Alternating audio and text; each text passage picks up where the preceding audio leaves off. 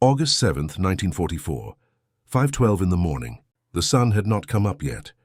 The hills of Mortain in northern France were still covered in fog and a scary, worried feeling. In the valley below, 3 American groups, 2 groups of foot soldiers and 1 group with small cannons, were stuck like fish caught in a net. They had moved back to what they thought was a safe spot. Instead, it became a place where they could be killed. German tank groups were coming closer from 2 directions. Machine gun fire echoed through the fog, and the radio made crackling sounds with one last order from the main office. Stay where you are. Do not fight back. Help is coming. Inside his M4 Sherman tank, Lieutenant Carl Hartman looked at the smoke shell in his hand. It was not supposed to be fired. Not now, not without being told he could. The rule book called it wasteful. The commanders called it not allowed. But the men out there, his men, were running out of time. If the Germans finished surrounding them, they would all be killed or captured before the sun came up. Hartman's heart beat fast as he looked at his gunner. "Just 1 shot," he said quietly. "That's all we need." And right then, with no orders, no backup, and no promise it would work, he fired the smoke shell that would either end his career or save over 200 lives. The engineer who became a tank commander. Lieutenant Carl Hartman was not born for war. If you had asked him in 1939 what he planned to do with his life, he would have said something about building bridges.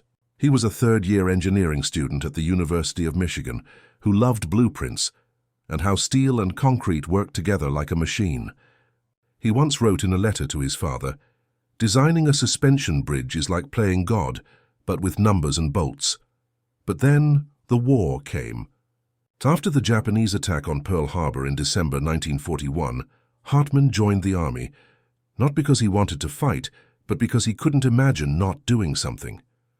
He volunteered for the Armored Corps, not because he was brave, but because he trusted machines more than people. By the summer of 1944, Hartman was in Normandy, France, just weeks after the D-Day landings. He was 24 years old and in charge of a Sherman tank crew attached to the 119th Infantry Regiment of the 30th Infantry Division, known as Old Hickory. Old Hickory had been moving east, pushing German forces back toward Paris. But the German leaders were not ready to give up. In early August, Field Marshal Gunther von Kluge ordered Operation Lüttich, a surprise attack meant to cut through American lines, take back the town of Avranches, and trap Allied forces in Normandy. The main attack was aimed at Mortain, a quiet hillside town with important roads leading in 5 directions. It was a desperate gamble. The Germans had lost much of their air power. Fuel was running low. Their tank strength was down to a few top groups, including the feared 2nd SS Panzer Division, Das Reich, and the 17th SS Panzer Grenadier Division, Gotz von Berlichingen. The Americans had just set up a weak front line near Mortain. 3 units, Hartman's tank group, a group from Company K, and a forward artillery observer team, were ordered to hold a ridgeline just southwest of the town. The orders were simple. Hold and wait. Help was expected within 24 hours. But war does not wait. On the night of August 6th, under cover of darkness and thick fog, German tanks began to push forward. By early morning, August 7th, the Americans on the ridge realized they were no longer holding the high ground. They were in a low pocket being surrounded. The radios buzzed with panic. German tanks had cut off the western road. Foot soldiers were moving up from the south. To the north, cannons pounded any American unit that tried to move. There was no way out left, only the choking feeling that something had gone very, very wrong. Inside the Sherman, Hartman tried to keep his crew calm. He had his gunner, Private First Class Earl Bishop, a quiet farm boy from Iowa. His loader, Corporal James Ortega, who was good at poker and explosives. His driver, Specialist Anthony Tony Vitelli from Brooklyn, who swore like a sailor and drove like a daredevil. And a radio operator, Private George Marks, a 19-year-old from Missouri, who hadn't spoken a full sentence in 2 days. They were not heroes. They were not special soldiers. They were 5 young men inside 33 tons of steel, with a 75mm gun and a handful of shells, including one thing they were told never to use without clear permission, a single white phosphorus smoke shell. It was meant to hide troops during retreat or to mark enemy positions for aircraft. But under Hartman's orders, they kept it stored in the back just in case. "If we're ever in a bad spot," he had told them weeks before. "We might need to bend the rules." Now that bad spot had come. German tanks were moving fast. Intelligence had guessed wrong about how fast the counterattack would be. Command had gone silent for the past 10 minutes. The only message Hartman received was, "Do not fight unless fired upon. Stay where you are." But that ground was getting smaller by the minute. Hartman could see American foot soldiers retreating toward his tank from the woods. Some were wounded. One carried another on his back. They were all headed toward a road that no longer existed, cut off by German forces that were almost close enough to see. Hartman looked down at the shell marked SMK, smoke, white phosphorus. His hand stopped over it for just a second. What he was about to do would not follow the rules. But neither, he thought, would dying in a circle of burning tanks. The surrounding begins. By 5:30 that morning, the fog that covered the valley had begun to shift, but not enough to see clearly. You could only see less than 200 yards. Trees looked like ghosts. Shadows moved in ways that didn't make sense. Every crunch of gravel sounded like a tank track. The men of Company K, positioned just south of Hartman's location, were now fully exposed. A German scout unit had found a gap in the lines during the night and had pushed through faster than expected. Within 30 minutes, they had taken control of the western road, blocking the only natural way out for the Americans on the ridge. Mortain was no longer a forward position. It had become a trap. In the Sherman's cramped space, Hartman listened to the chatter on the radio. It was chaos. One call came from a forward artillery observer. "We're getting hit from the south. Multiple vehicles. Requesting fire support." Another voice screamed, "They're in the trees." I repeat, they are inside the tree line. Command's response was scarily calm. "Negative on fire support. Risk of friendly fire too high. Stay in position. Help is coming." Hartman turned down the volume. He looked through the periscope, scanning the area. In the tree line east of their position, he saw movement. Tanks, not American. Short, squat shapes, Panzers. 2 o'clock, he said. 3, maybe 4 of them. Closing in. Earl Bishop, the gunner, turned the turret, tracking. Ortega had the next armor-piercing shell ready. "Do we fire?" Ortega asked. Hartman hesitated. The order was not to fight unless fired upon. Then came the first blast. A German shell ripped into the position held by the artillery observers 200 yards south. Fireballs and screams followed. No mistaking it. The fight had begun. "Return fire," Hartman yelled. Bishop squeezed the trigger. The Sherman's gun barked. One of the Panzers caught the shell squarely and burst into flames. The others scattered and returned fire. The tank rocked violently. Dirt exploded around them. One shell landed 10 feet short and showered the Sherman in mud and metal pieces. The radio crackled again, this time from a runner unit. "Command has lost contact with 1st Battalion. Mortain is in trouble. Units to withdraw to phase line red." "Repeat, fall back." Hartman froze. Phase line red was west, toward the road now under German control. "Hell," Tony muttered. "They're telling us to retreat through a road that doesn't exist anymore." Outside the tank, American foot soldiers were already moving. They were retreating in groups, dragging wounded, shouting for medics. There was no formation, no command structure left. It was a slow-motion runaway, slowed by fog, gunfire, and confusion. German troops began to come out from the south slope. Machine guns opened up, men fell. Someone returned fire with a Browning automatic rifle, but it was not enough. The Germans were using their advantage. Hartman could see it clearly now. In less than 10 minutes, the enemy would close the southern pincer. That would complete the surrounding. If that happened, no one on the ridge would get out. His hands clenched the hatch. He scanned the land. The only possible way out now was straight west. But German tanks had cut that path, and yet something else caught his eye. Wind. The smoke from the burning Panzer was drifting westward toward the German lines, slowly, steadily. "Ortega," Hartman said, "you still got that smoke shell?" The corporal hesitated. "The phosphorus one?" "Yes, sir. We're not allowed to use that unless—" "I know what the manual says." Hartman turned to the rest of the crew. "We're going to buy them a chance. One shot, that's all. We fire that shell west, create a wall of smoke. They might not see what's moving through it. If they hesitate just for a minute, we can get those guys out." Tony raised an eyebrow. "What if they don't hesitate?" Hartman met his eyes. "Then we buy time." Nothing more. There was a long pause. Then Ortega nodded, loading white phosphorus. As the loader pushed the shell into place, Bishop adjusted the gun angle. Hartman opened the hatch just a crack and watched the battlefield. Wounded soldiers crawling, others trying to drag radios or boxes of ammunition, and behind them death coming on steel tracks. He whispered more to himself than anyone else. Let's make some noise. The crazy idea, the forbidden smoke shell. The white phosphorus shell was never meant for this. Officially, smoke shells were used to hide troop movement or to mark targets for airstrikes. Not for direct combat, and certainly not without permission.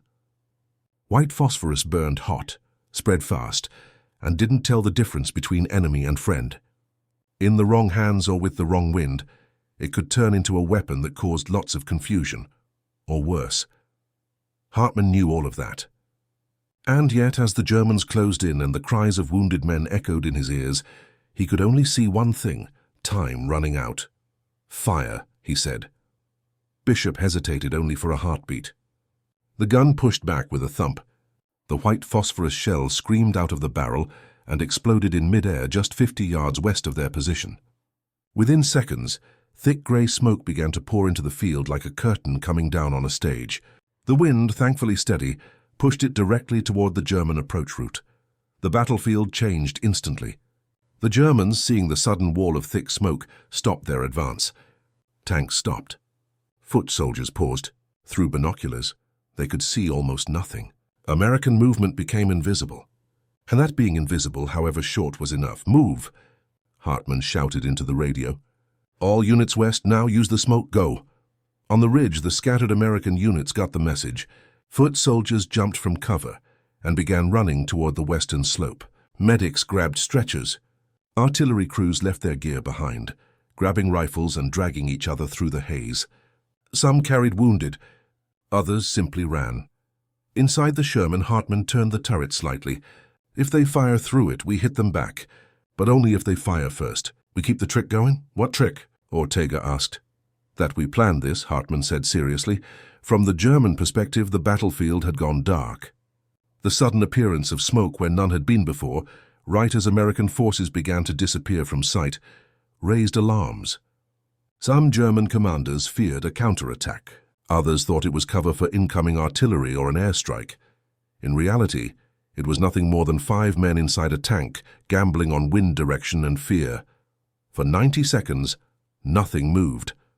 And in those 90 seconds, most of the remaining American forces on that ridge disappeared into the smoke and made it to the rear line. Hartman watched the retreat happen with careful precision. Every time he saw a helmet pop up, he counted seconds until it disappeared behind the curtain. No one was firing now. Not the Germans, not the Americans. Even the tank seemed to hold its breath. Then suddenly a shot rang out. A German machine gun opened fire from the left side, spraying into the smoke. Panicked, a second gun joined in. Then came the bark of a Panzer's main cannon, firing blindly into the fog. Hartman made a quick decision. Return fire. Suppression only. Hit near the muzzle flash. Make them think we're still dug in. Bishop obeyed. The Sherman roared again, this time firing a high explosive round into a thicket where muzzle flashes danced. The result: a fireball, smoke, more chaos. The Germans stopped again, unwilling to rush into what might be a full American defense. Behind the smokescreen, nearly 200 American soldiers slipped away. The gamble had worked. Hartman breathed out for the first time in what felt like hours. Sweat poured down his neck. His fingers shook. The entire crew was silent. You think Command's going to like what we just did? Vitelli finally asked. Hartman didn't answer right away. Then he smiled, tight-lipped and tired. I think Command will like that we're alive. Everyone move. At first, no one moved. The smoke rolled across the field like a living thing, swallowing everything in its path. To some soldiers, it looked like a trap. Too convenient, too sudden. To others, it looked like hope wrapped in grey. Then someone yelled, "They're covering us, go, move!" That was all it took. The entire ridge burst into motion. Dozens of American foot soldiers broke from cover and ran west into the fog. Some limped. Some carried wounded over their shoulders. A few paused only to toss away extra gear. Helmets, ammo pouches, anything that slowed them down. The smoke was thick, sharp-smelling, and burned their lungs. But it also gave them the one thing they had not felt since dawn: a chance. One by one, groups slipped into the vale. What had been a frozen, scattered retreat just minutes before turned into an organized escape. And Hartman's Sherman sat right at the edge of it, the last visible guard before the emptiness. "Keep the turret rotating," Hartman ordered. "Make them think we're covering everyone. Ammo count? 4 armor-piercing, 2 high explosives, 0 smoke," Bishop replied. "That's enough bluff to look dangerous," Hartman said. From within the tank, they could barely see 20 yards now. The fog and the white phosphorus smoke combined into a thick sheet of grey. Occasionally, they spotted shadows flicker through. Running men, limping figures, stretchers. The Germans, for their part, still held their positions. Their officers, seeing the cloud, hesitated. Some suspected a full American counterattack under cover of smoke. Others feared traps or indirect fire. There were no orders to charge, and no one wanted to be the first to walk blind into an ambush. The delay saved lives. A group of artillery spotters passed the Sherman, coughing and covering their mouths. One of them banged on the side of the tank. "Nice trick, boys." "You just saved our lives," Hartman didn't reply. He was focused on the map in his lap, figuring out where the new fallback line might be, if there even was one. More groups followed. Some moved in silence. Others whispered prayers, curses, or the names of men they had lost just minutes earlier. Then came the last of them, a squad from Company K, moving slower, carrying 2 badly wounded on makeshift stretchers. One man waved frantically to Hartman. "They're closing in. You have to go now," Hartman nodded. He waited just long enough to see the final man disappear into the mist. "Tony," he said to his driver, "punch it. We're the last ones out." The tank jerked forward, treads crunching gravel and soft earth, pushing west into the smoke trail they had created themselves. As they moved, Hartman kept the hatch cracked, scanning for shapes, enemy or friendly. Suddenly a flash. A German machine gun opened fire from the right side, blindly firing through the haze. Bullets pinged off the Sherman's hull. The tank rocked as it took a glancing hit. Hartman ducked by instinct. Return fire. Suppression only. Bishop turned the turret, fired a high explosive shell into the source of the noise. The round hit a tree line, and the explosion lit up the smoke for a split second before the grey curtain closed again. Silence returned. They pressed on, passing burnt-out jeeps left behind helmets, and the occasional discarded rifle. The battlefield looked like a graveyard in motion. 3 minutes later, they reached the edge of the smoke. The first rays of morning sunlight were beginning to break through the eastern fog. And there, just beyond the last ridge, they saw it, the American fallback line. Dozens of men huddled behind trucks, sandbags, and makeshift barriers. Medics rushed from person to person. Officers barked into radios. Someone was setting up a Browning machine gun. It was not pretty, but it was safety. As the Sherman came over the hill and came into view, a cheer erupted. They made it. Tanks still rolling. From his hatch, Hartman raised a hand, half salute, half wave. Behind them, the smoke still billowed, buying precious seconds more. A few more stragglers came out, coughing and bleeding but alive. The surrounding had failed. The Germans had hesitated, and in that hesitation, the Americans had slipped away. All because of one shot, one forbidden shell. Inside the Sherman, Ortega finally breathed out. "Next time someone calls smoke rounds useless, I'm going to punch them," Vitelli laughed. "Next time someone says we're out of options, I'm going to say, wait for the wind." Hartman said nothing. He just looked back over his shoulder, watching the smoke trail fade. Survival and success. The morning sun crept higher as the last traces of smoke began to fade. What was once a battlefield now looked like the aftermath of a storm. Scattered equipment, scarred trees, patches of burned earth.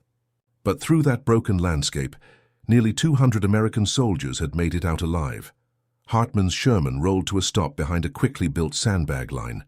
A medic immediately ran over to check the crew, but Hartman waved him off. "We're fine," he said. "Check the others first." Around him, survivors slumped to the ground, coughing, drinking water. Some sat in silence. Others wept. No one spoke much. They all knew how close it had been. A lieutenant from Company K approached, his face streaked with dirt and smoke. "Lieutenant Hartman." Hartman stood, still brushing ash off his uniform. The officer held out his hand. "You bought us time we didn't have. I don't know what that was, but it worked." Hartman shook it. "It was just smoke," the man smiled bitterly. "Best darn smoke I've ever seen. Back at the main headquarters, the first reports were chaos. Units out of position, communications lost, enemy strength guessed wrong. There was every sign that Mortain would be recorded as a disaster, a costly mistake in an otherwise advancing front. But then came the messages from the survivors. Not just that they had escaped, but how a single tank against orders had used a white phosphorus smoke shell to hide a retreat.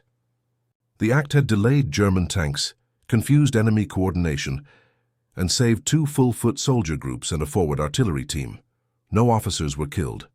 Only 14 wounded. Dozens of lives saved. Some even described it as a miracle. But command did not like miracles that came without orders. By the afternoon of August 7th, Hartman and his crew were called to a mobile command post. The mood was formal, tense.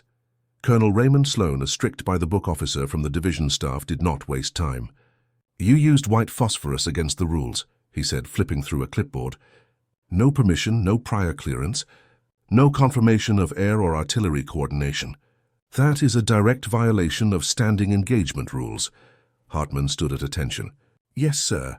I take full responsibility." Sloan looked over his glasses. "Do you have any idea what could have happened if the wind had shifted?" "Yes, sir," Hartman replied. "We would have died anyway." There was silence in the tent.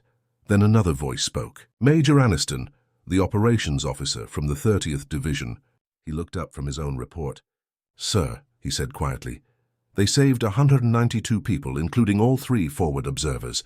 Without that smoke, we'd be recovering bodies today." Colonel Sloan looked back down at the report. He didn't smile, but he also didn't argue. "You'll receive a formal review," he said to Hartman. "But unofficially, well done, that was it. No medal, no ceremony. Just an acknowledgement that something had gone right." In the days that followed, the battle for Mortain continued. The Germans failed to take back Avranches. Their counterattack stalled. Allied air power returned once the weather cleared, and American forces pushed east again. The smoke on that hill became just one small footnote in the larger campaign. But to the men who lived because of it, it was everything. 1 week later, a chaplain held a small impromptu service near a cluster of apple trees outside Mortain. No crosses, no speeches, just a gathering of those who had survived. Lieutenant Carl Hartman did not say much that day. He stood with his crew, listening. When someone asked him how he thought of the smoke idea, he simply shrugged. "I get one shot sometimes," he said. "The trick is knowing when to pull the trigger. Consequences and recognition." The formal review came 5 days later. It was held inside a taken-over schoolhouse that served as a temporary division headquarters. The windows were still broken from artillery shelling, and the air smelled faintly of damp chalk and diesel. Hartman arrived in a clean uniform, boots polished, eyes straight. He didn't bring his crew. They weren't called. This was about 1 man and 1 decision. The board had 3 officers, 1 logistics major, 1 legal advisor, and 1 combat veteran from another division. The tone was procedural.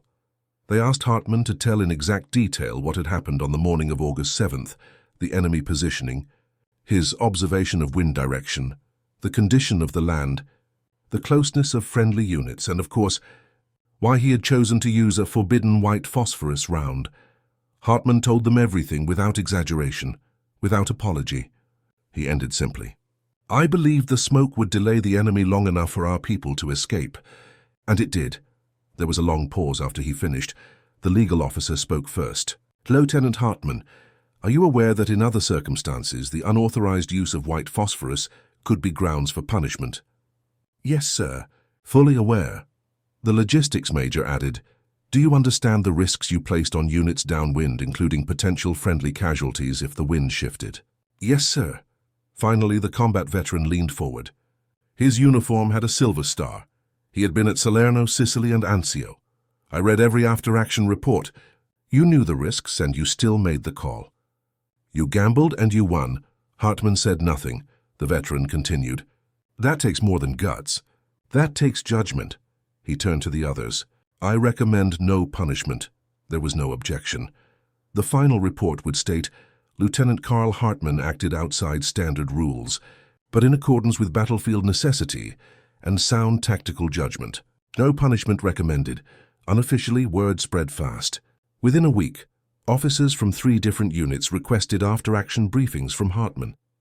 They wanted to know exactly how he judged the wind, how far he calculated the smoke spread, how long it lasted. His decision, once considered reckless, was being studied. By early September, a quiet directive circulated among tank units. In certain circumstances, smoke deployment could be authorized at the decision of field commanders if it increased the likelihood of unit survival. The rules had changed slightly, but significantly. As for Hartman, he and his crew were moved out of the Mortain sector and reassigned to support operations closer to the German border. They would go on to fight in the Hurtgen forest and later in the Battle of the Bulge. They survived both. In November of that year, Hartman received a small envelope with a typed notice. He had been awarded the Bronze Star for outstanding service in direct support of combat operations. There was no ceremony, no photographer. The medal was handed to him at a quartermaster's desk, along with a form to sign. He looked at the box for a long time before placing it inside his duffel. Later that night, Ortega asked, "You going to tell your folks back home about it?" Hartman shrugged. "They'd probably ask what took them so long." Vitelli chimed in. "You ever think they'll put your smoke trick in the manuals?" Hartman grinned faintly. "Maybe, but I hope no one ever has to use it again." It was not the kind of glory people read about in newspapers. There were no parades. But among the men who had walked through that smoke curtain and lived, Hartman's name became something more than a rank. It became trust. And in war, trust was rarer than medals, strategy, lessons, and legacy.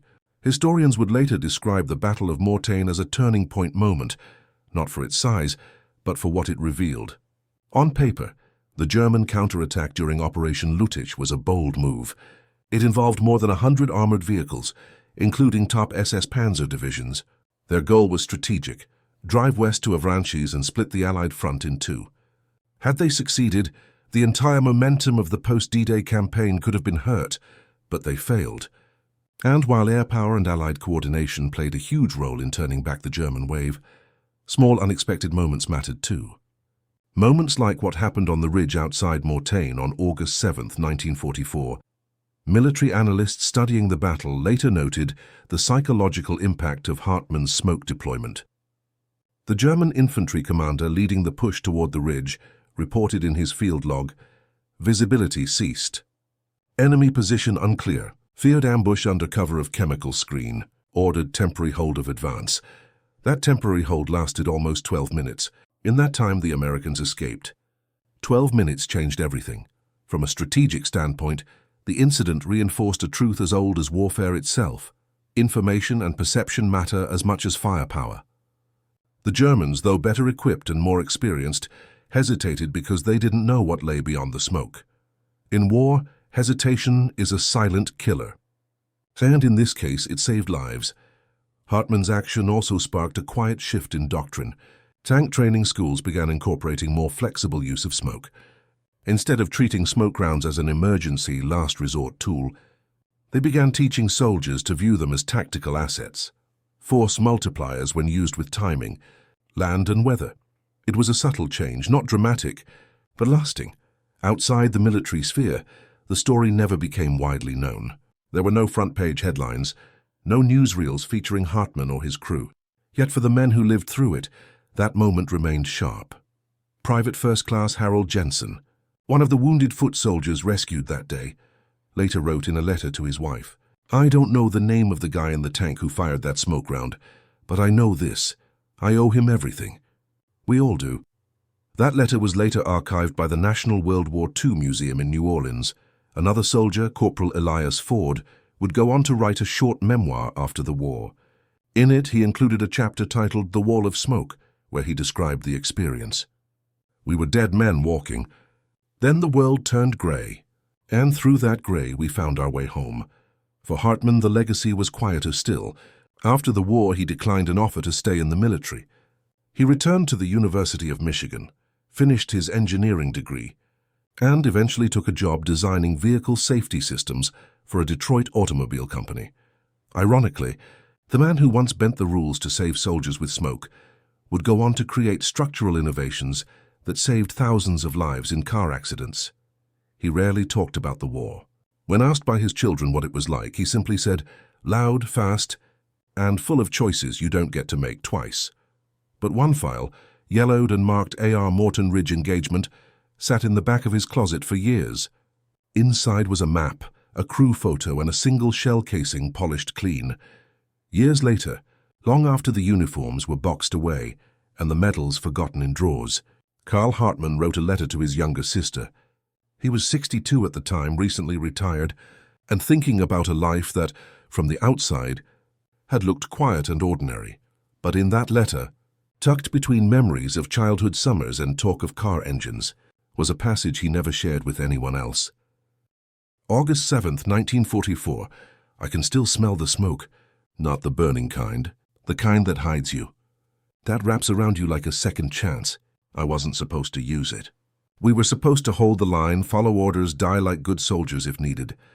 But something about watching those men out there, scared, bleeding, still trying to carry each other, I just couldn't let them die for the sake of rules. That day, the battlefield taught me something no manual ever could. Sometimes the only right choice is the one they didn't teach you to make. The letter was found years after his passing. It was never meant for publication, but his family chose to donate it to the U.S. Army Heritage and Education Center in Carlisle, Pennsylvania, where it now sits in a display titled "Split-Second Decisions, Tactical Genius in the Field." There are no statues of Carl Hartman, no documentaries, no best-selling memoirs, but somewhere in a quiet archive sits the testimony of a man who changed the course of a battle with a single, unauthorized act of judgment. And maybe that's the real lesson, that sometimes history doesn't remember you for what you were ordered to do, but for what you chose to do when no one else would.